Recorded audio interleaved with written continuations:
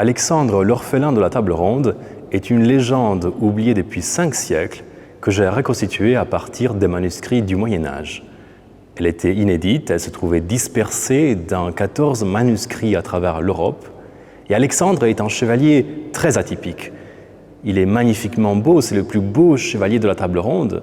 Il est tellement beau que toutes les femmes tombent amoureuses de lui, qu'il doit fuir les amantes, les prétendantes, les magiciennes, puisqu'il évolue dans un monde où les magiciennes sont très puissantes et contrôlent l'univers du roi Arthur.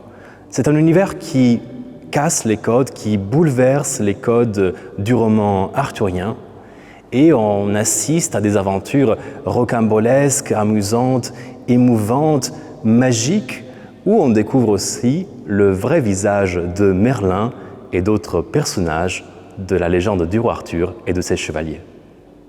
Alexandre ôte aussitôt son aume et relève l'aventail. Lorsque la demoiselle voit son visage découvert, il lui semble, malgré les marques laissées par l'armure, que Dieu lui-même l'a façonné et formé de ses propres mains. Elle en éprouve une si grande joie que peu s'en faut qu'elle ne l'embrasse devant tout le monde. Elle est si rudement éprise de lui qu'elle jure entre ses dents qu'elle n'aura jamais de mari autre que lui, s'il daigne l'épouser, et s'y refuse, elle lui livrera plutôt son corps en pâture. Alexandre l'orphelin est le cousin oublié de Tristan. Son père a été tué par le perfide roi Marc. Il lui apparaît une nuit en rêve et demande vengeance. Alors le jeune Alexandre part à travers le royaume de l'ogre, le royaume du roi Arthur, et défie les meilleurs chevaliers au monde, à la lance et à l'épée. Il cherche à réunir une armée contre le roi Marc pour enfin venger la mort de son père. Ce chevalier se nommait Ernaud le Barbu, et sa renommée était telle qu'il ne participait à aucun tournoi sans en remporter l'honneur et la gloire, au point de mettre en émoi les chevaliers de la table ronde.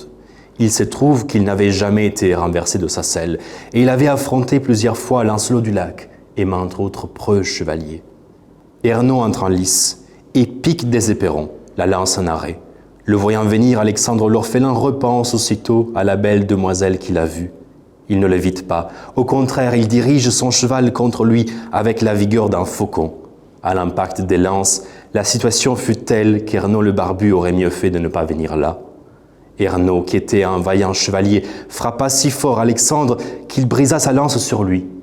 Mais Alexandre le frappa si violemment qu'il le renversa de son cheval, le laissant dans un tel état qu'il ne fut pas nécessaire de poursuivre le combat, car il se brisa un bras dans sa chute et resta inconscient une grande partie de la journée. J'espère que vous aurez autant de plaisir que moi à découvrir la légende oubliée d'Alexandre, l'orphelin de la table ronde.